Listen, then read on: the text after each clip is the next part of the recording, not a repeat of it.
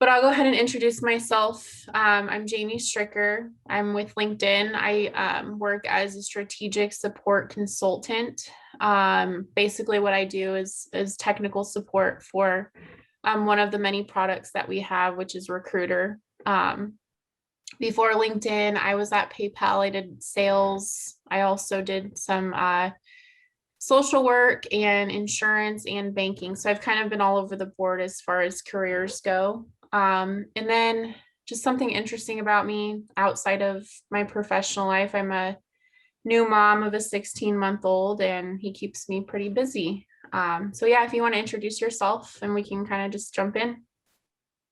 Yeah. Okay. So name is Guillermo Ramirez. Go by Todd. I'm a current student at the University of Nebraska at Omaha. I don't really. I used to be part of a fraternity, but dropped that because I want to do more endeavors relating to my career. So I don't really have that much of a business network as a social network. So I'm just trying to just start my professional career on the right footing early on. My concentrations are basically marketing, international marketing, and I am a member of AMA and trying to get a digital marketing certification by November. So, yep, Awesome. What year of school are you in? I'm currently a senior. Okay, so you're going to have a bachelor's degree soon. Yep. Awesome. Do you have any kind of plan as far as like employment? Have you started seeking out employment at all? Oh yeah. I've been seeking out employment for an internship, just anyone really, for the past 8 months.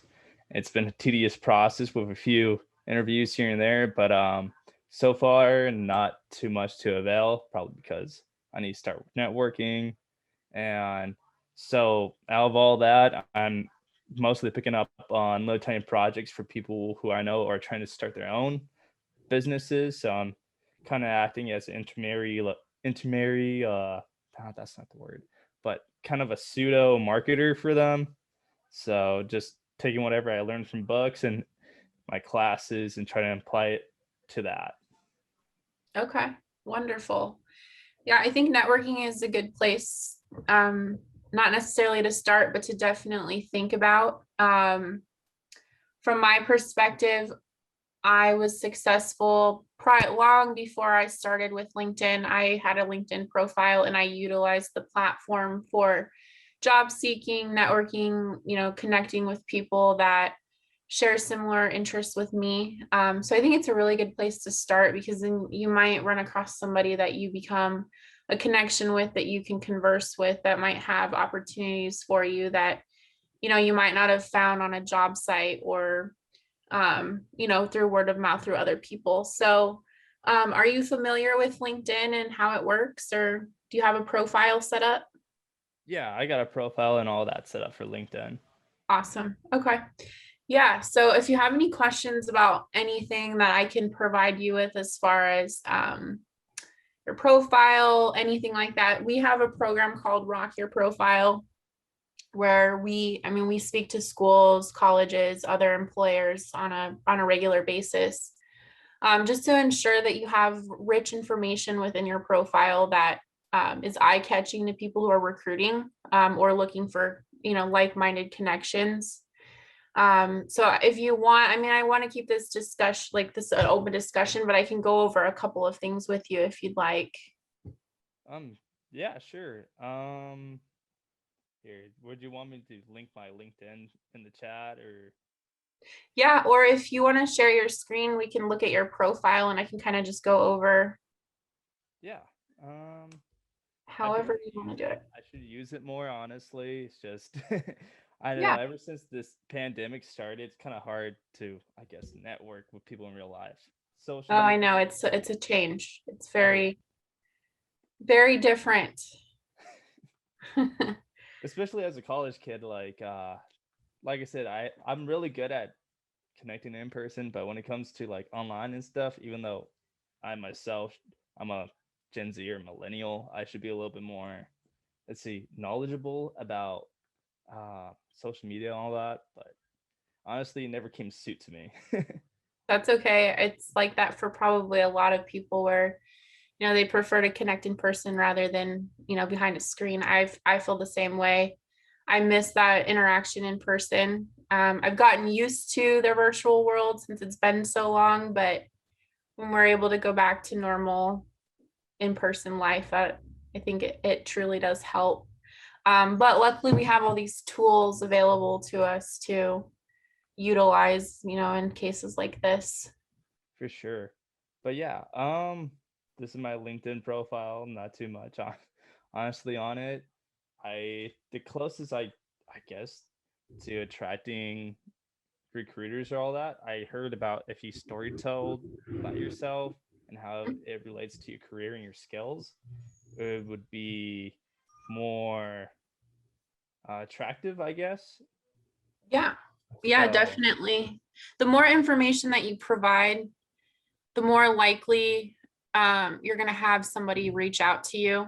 If you have a blank profile, you're not giving them enough information to determine whether or not you're a good candidate for their particular role. So, from the recruiter platform, from my side, what I support, I actually support the recruiters. So I get to see, what they do on a daily basis.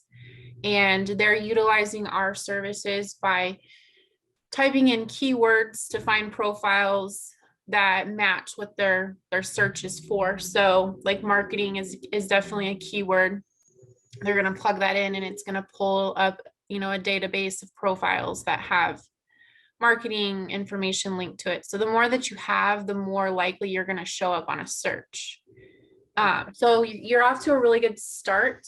You want to have a really good about me section, which is just basically like a introduction to yourself and your professional career. And then if you scroll down a little bit to your experience, doesn't matter if, it was a job that you had when you were younger, fresh starting college. You should always put bullet points of what you did at that current role. So like here you're a server. So, serving requires customer service. So you could talk about that. And I can show you my profile to just kind of speak to that a little bit more. If you go into the search box and search for Jamie Stricker. Jamie Stricker, you said? Yep. And let's see. I'm not popping up. Do see all results. All right. It's the top one. Top one? All right. Yep. You Boom. can connect if you want.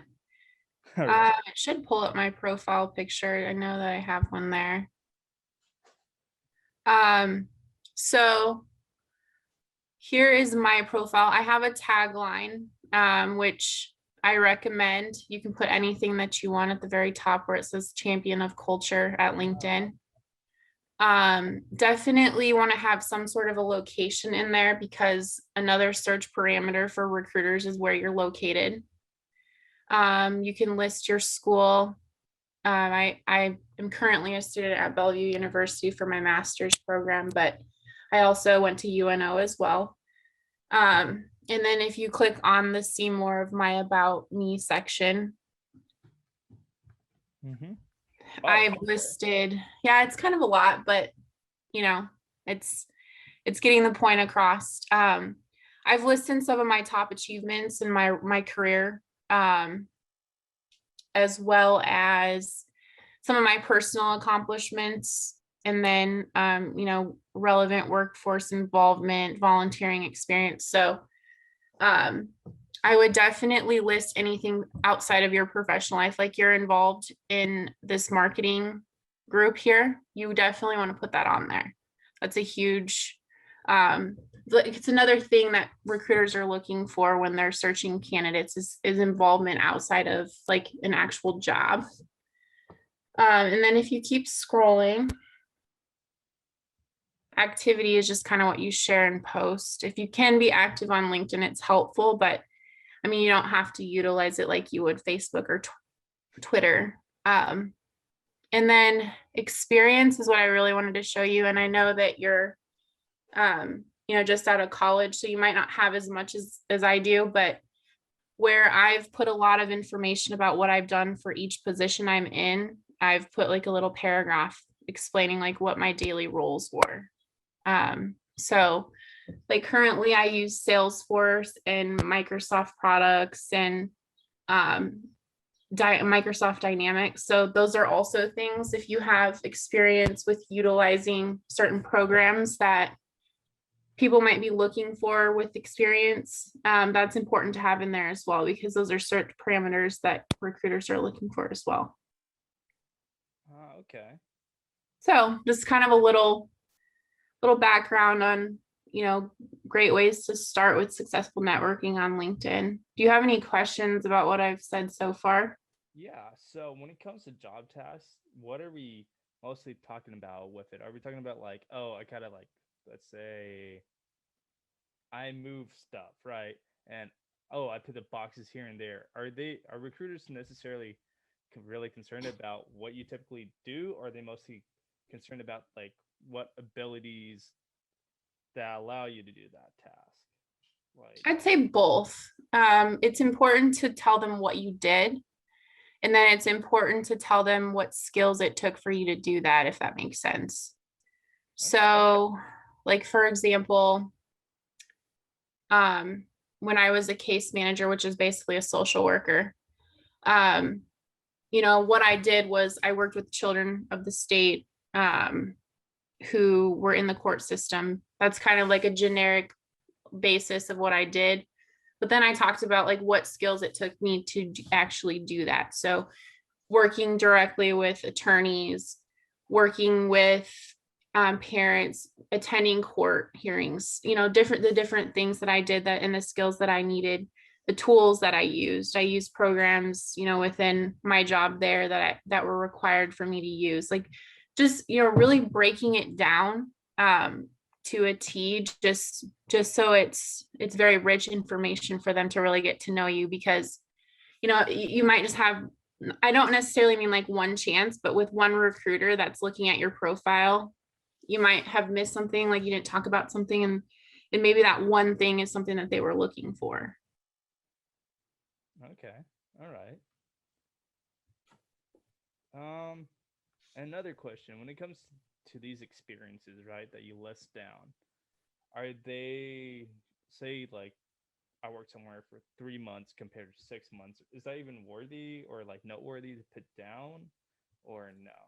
I think it's worth putting down. I'd say if you're over like a 4 week, if you were working there for more than 4 weeks, I would definitely put it, because if you leave out longer than that, then you have a gap in employment, where there could be some question like, why was there a gap in employment? Whereas if you list everything, like, I mean, even down to like if you were working for the same company and you switched positions or were promoted, like I would still list that, because you're giving them an exact timeline of what your work history is, and gaps in employment just can raise some questions like, why weren't you working during this time, or why didn't you include this specific job? So it's definitely worth doing. All right. Okay. Another question just relating to LinkedIn. So I was told like when I was going through it, making the profile, to add like, I guess when it comes to, I guess, networking on it, how would you say is the best way to go about that? Like, say whatever's in the suggestion boxes, right? Before connecting with them, send them a message and just say, "Hello, this is my name, and this is what I do. I'm just curious about you." What are some good Mhm. strategies when it comes to networking online? So if you look, you can look next to on the far right where you see listed people. You'll see like David, Danielle. Oh, okay. Yep. Next to their name is a number. So it says most of these people for you say third connection. So a first connection is you are connected with that person.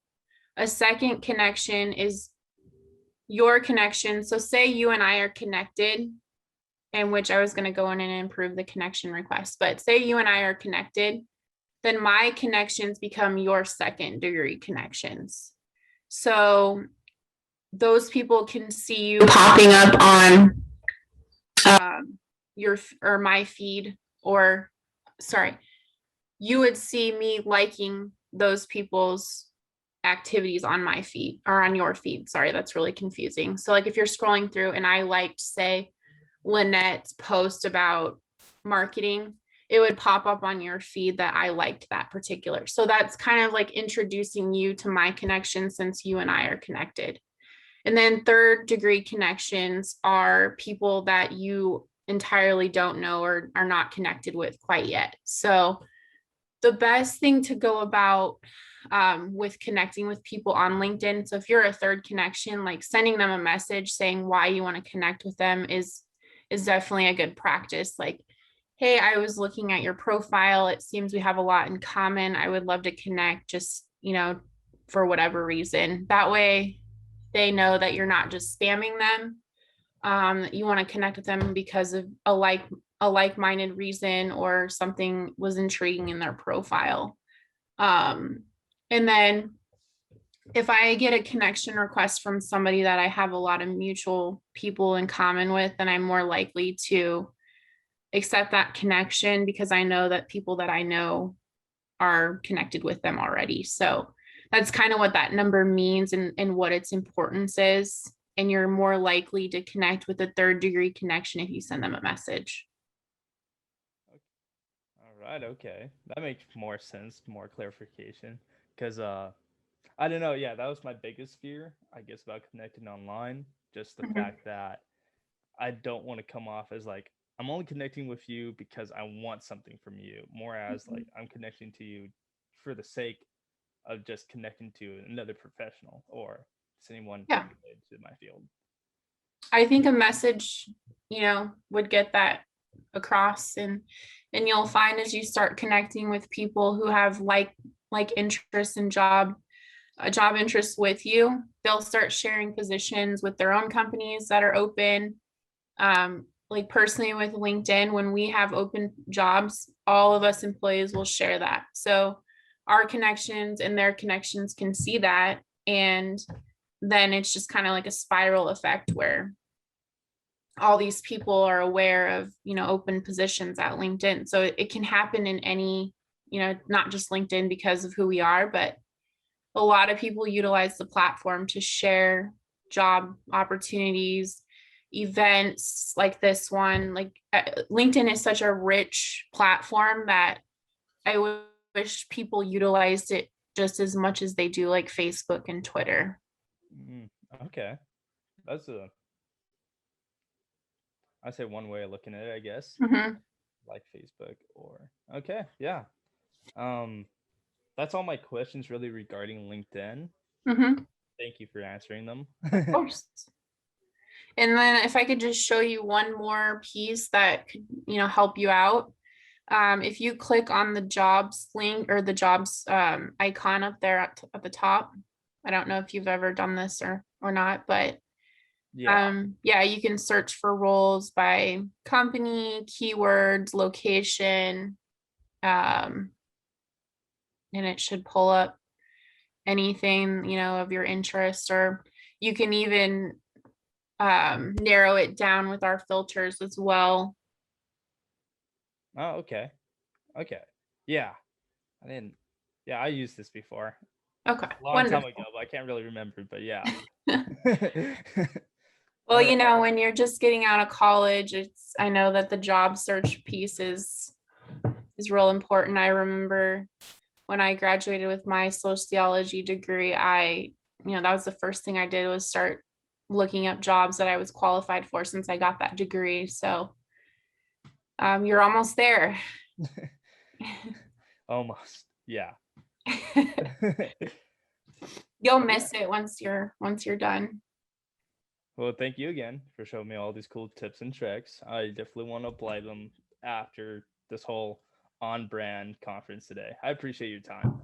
Yeah, absolutely. Anytime. Now that I think you connected with me. If you ever have any questions, just shoot me a message on LinkedIn. I'm always happy to help. Or if you if you need help with something or anything, just reach out. Thank you. I appreciate it. Of course.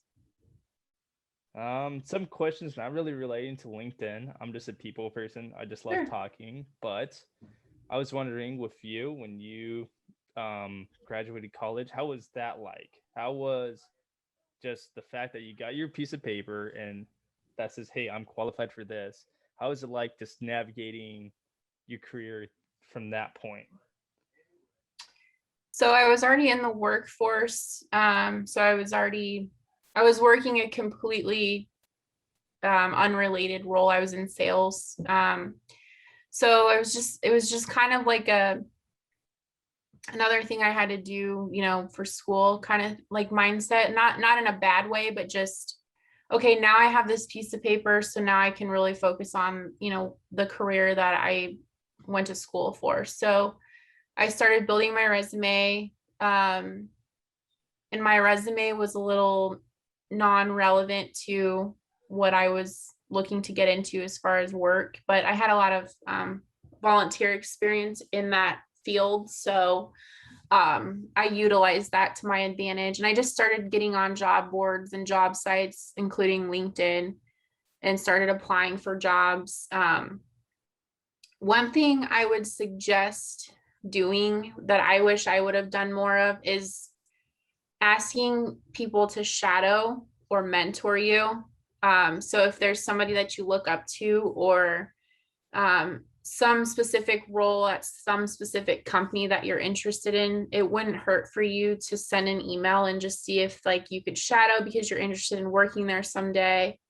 And just really putting yourself out there like that, because maybe if you did that rather than just apply at a ton of different places waiting for the one job to accept you, really putting yourself out there at something that you really truly want to do and at a company that you really want to work for, you might be more likely to get that role because you're being proactive prior to them accepting you as an employee.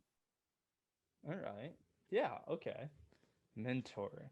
Just anyone from that I just see, I guess, really look up to that person. Basically, look up to that person in that company too that I want to try to get to. All right. Yeah, you might not necessarily know them. It might be somebody that you follow or just somebody random. I mean, my mentor is within LinkedIn, and she's somebody that I kind of seeked out when I got hired on.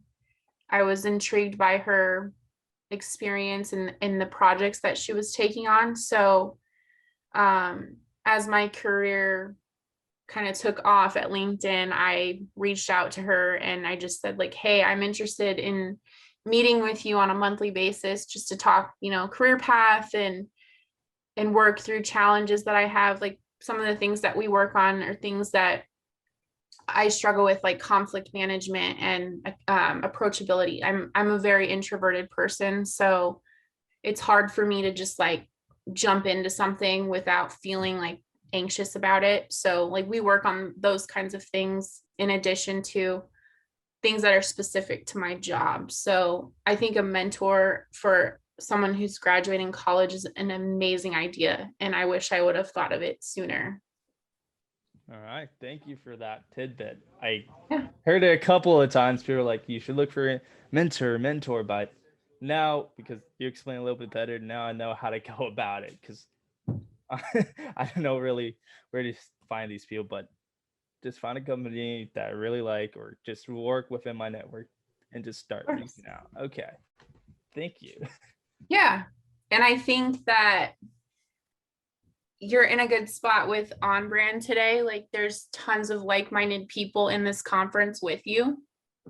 So maybe there's somebody that you might have connected with in the previous rooms, or you know, later today that you could connect with and see if maybe they would be your mentor. You know, it's just it's a matter of who you think is somebody that you would mesh well with and who has the experience that you want to follow, or that you know, just someone you look up to. I wouldn't necessarily pick someone like a fellow student or a friend, but just someone in the professional world, or I mean, even a professor at your school. Just, it could be anyone like that you can bounce ideas off of and learn from. All right. Okay. Thank you for all these ideas. I literally cannot appreciate it enough. There's only so much Anytime. Google searching you can do and all that. It's just bewildering how much like information just shot at you without really telling you how to get there. Hmm. So I really appreciate Yeah. it. Those are the kinds of things that, like, yeah, I can read a book and take a test and do all this stuff to get all the knowledge I need for this, but these little pieces that help me connect all the dots is what's important. And so if I had somebody telling me to get a mentor when I was 20 some years old, I would have ran with that. And I wish I would have, because it maybe would have changed my career path, or changed, not necessarily change it, but just put it in a different path than the way that it went, I guess. But totally up to you how you want to handle that. All right. Okay. Um, Another question I have, just in general. So you said you had a sociology degree, and then you're doing what you're doing now, and then you also were in sales at the time. Mhm. What made you really, or what drove you to where you're at now? Really, like what do you like about it, and what is something that you're like kind of want to grow with inside of it? Oh, this is a very deep question. Sorry if So that's a little deep. no, it's not. It's just it's made me think as well. Because so I was always interested in helping children. So I did a lot of volunteer, like Big Brother, Big Sisters, teammates, all these different little programs that I was able to connect to help a child, with whatever it may be, just hanging out with them, um, helping them with their homework, going on school field trips with them, whatever it was. So that's kind of where I got interested in like the social work piece of things. Um, and I switched my major 4 times in college. I started as pre-med. I went to business, then elementary education, and then sociology. So I was really undecided of where I wanted to go. Um, when I was in college, I was working as a teller at Wells Fargo Bank. So I kind of got my feet wet with sales and commission. So, I thought, sales, I can make all this money making commission. So that's kind of where the sales piece came in. And then with the fact that I switched majors so many times, I was in college for a long time. So I was working, odd jobs. I got into insurance for a little while just to kind of see what that was like. Um, and then as soon as I graduated college, I ended up getting hired right away. Like I was telling you, I was applying at places and such, and I got hired right away at this company that was part of the state. And I worked in social work for about a year. And I just come to learn that it just really wasn't what I expected it to be. It was very like emotional, dealing with children that had a rough upbringing. And I wanted to help them all, and I could only help them in so many ways. So it just really took a lot out of me emotionally. So that's when I went back into sales, because that was like my comfort zone. Um, and then I was really just stretched thin with sales, and kind of wanting to do something a little different. And I had my eyes set on LinkedIn for the longest time. It took me about 8 times of applying to get hired on at LinkedIn. And I just basically ran with an entry level position, ended up loving it. And now I've was promoted within like a year of being there, to something that I love doing today. And it's opened up a lot of doors for uh, operational management, which is what I think I want to do. I'm not, like I told you earlier, I don't like to do conflicts are hard for me. So I don't think a people manager is the right way for me. So operational management is kind of on my career path. It's, taking a process and trying to change it and make it better. And that's kind of where I ended up, and I'm happy. And So yeah, it's kind of a long story, but here I am. I'm all for it. That's a pretty cool story, honestly. I like it all, especially Yeah. how you just kind of found, hey, I don't. I like how you got your wheat fit on your fit, your feet wet in every field just to see how it was like and how you just ended up to that. I see that as really, really cool, and it's like you have that trait of being persistent in what you do that really made it into what you're doing now. That's pretty cool, honestly. Thank you. I appreciate that. Sometimes it feels like a little bit of a defeat. Like some people just took a career and ran with it, and usually that's like the way that we learn things, but it's nice to hear that compliment because I've kind of dabbled in a lot of different things and I just want to find something that I truly, truly, truly enjoy. And I think that I'm on that path, hopefully. So we'll see. Yeah. No, I, for me being how young I am, but I can relate because I came from a different, from marketing. I was initially supposed to be a computer programmer. I was already taking college level courses in high school, but I figured out that was not my jam. I was good at it. The only Mhm, problem was it's just I did not find it very interesting. I find it very dry at points. Really creative field, but there's points where it's kind of dry, and I'm kind of an ambivert. I need I'm extroverted and introverted in a field that was mostly introverted. It was not really helping out my extroverted side. So mhm, I ended up doing architectural engineering and architecture. Love those things both with a passion because, like I said, creativity is a big part of me. But the only mhm, thing, again, was just sitting down mostly and doing all of these tedious computations over and over and over again. And it was kind of like not scary, but kind of like, do I really want to be sitting at a desk for a good rest of my life or constantly? And I was like, no, I'm too much of a people person to do that. So ended up doing marketing, and so far, right now, I'm loving what I'm learning and loving the whole process. mhm. But yeah, If you could do or pick any job and there's nothing that could stop you or any company, like what would that be? Like what would your perfect career look like? perfect career would be director of a charity. Hopefully, I just most of the reason why I say charity, mostly one that really struggles or that focuses on mental well-being, because it's a big problem with my generation, upcoming generations, because you have all these factors like let's say climate change. You also have social political unrest, and then you also have economic uh, big implications with that that's Mhm, coming together. And the uses of social media, how dangerous it is to someone's psyche.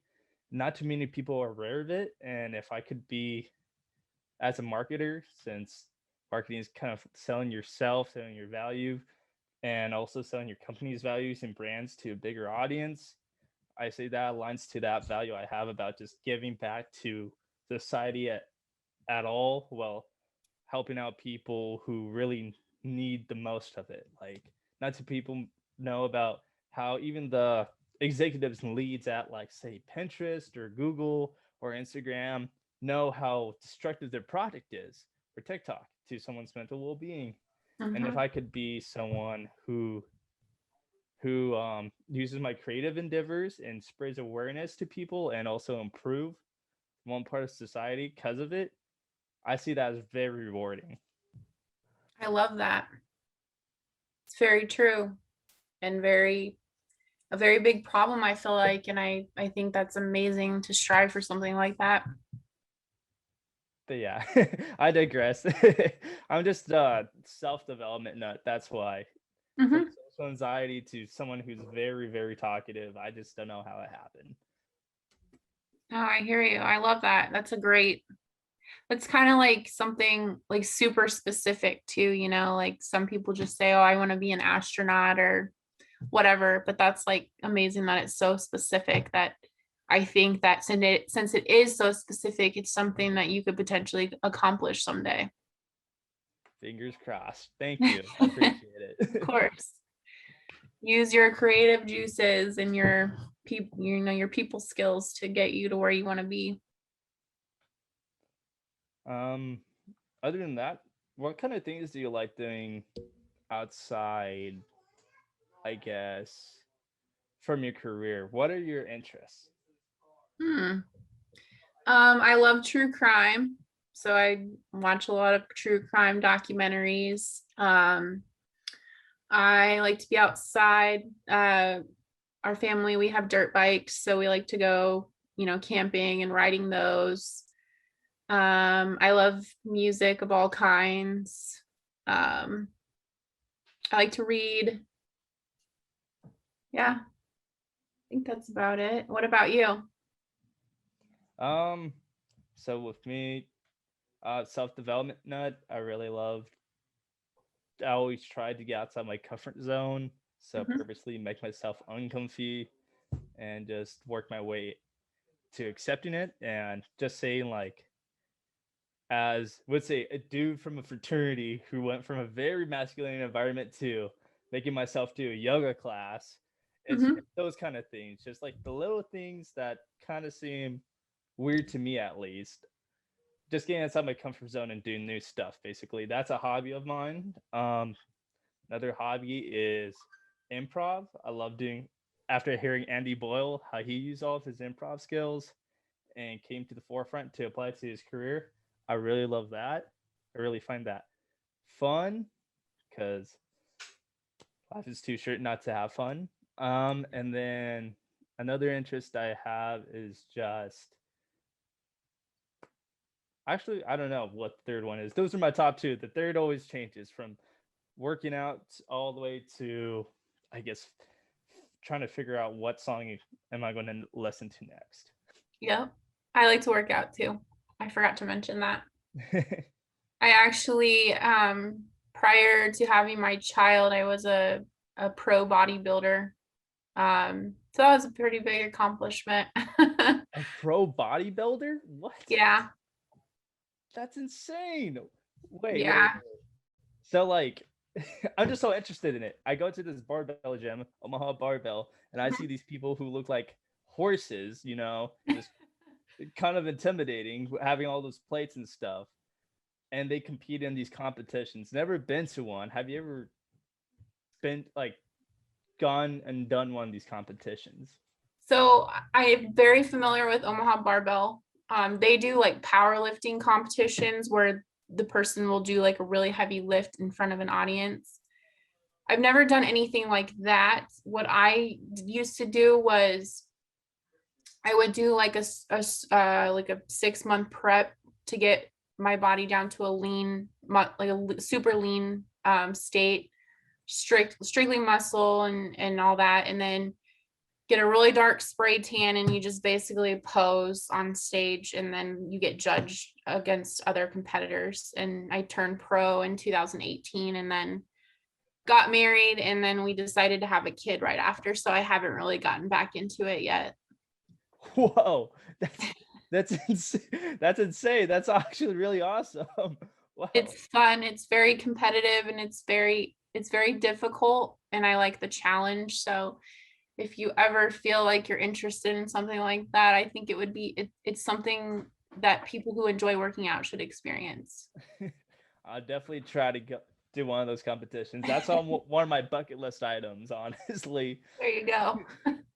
So from like, since it requires a lot of effort, work, just putting inside just to I go on the stage because just losing 200 pounds and going to 165 for me in a span of 4 months was Wow. nothing but nauseating to me. So I can imagine you, since you're a bodybuilder, Mhm. what like how many I guess steps you got to climb and how much like self discipline you have to have in order to get to it. What like at what point did you feel like, wow, I feel really great of all the stuff I did? Was it when you're on stage or was it when you just kind of looked at yourself in the mirror for a second like I look pretty nice? Not gonna lie, so like the working out is the easy part. It's the food because it's very restrictive. So, no sugar, no alcohol, none of that kind of stuff. So when you get down to like the final like 4 to 6 weeks, you're just literally like, I don't want to do this anymore. Like I'm hungry, I'm tired, my joints hurt. Because you're basically like you have to imagine like all of the fat that you have on your body, like even healthy, like not like necessarily huge fat or anything like that, but like you have fat around your joints. And when you're dieting that hardcore, you're losing all of that fat. So your body is just sore because like it's basically like your bones and stuff rubbing together and for lack of a better way to explain it.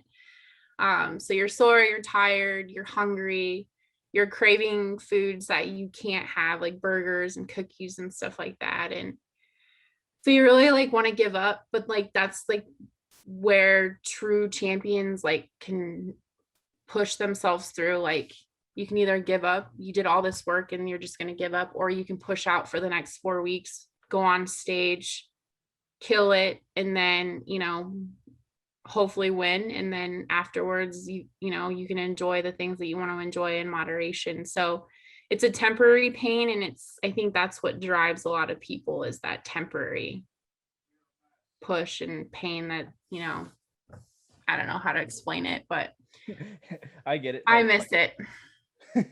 it's just that little challenge, basically. It's just pushing you every day and day and day.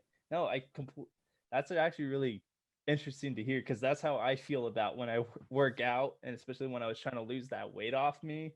Just like it sounded weird as heck when I explained it to like one of my friends who didn't work out at all. Like, I don't know, just the fact that I'm just a little bit in pain makes me feel a little bit more alive about it. And he's like, well, you must have something wrong in your head. And I'm like, nope, it's just I just don't know. It just feels kind of good challenging yourself, honestly.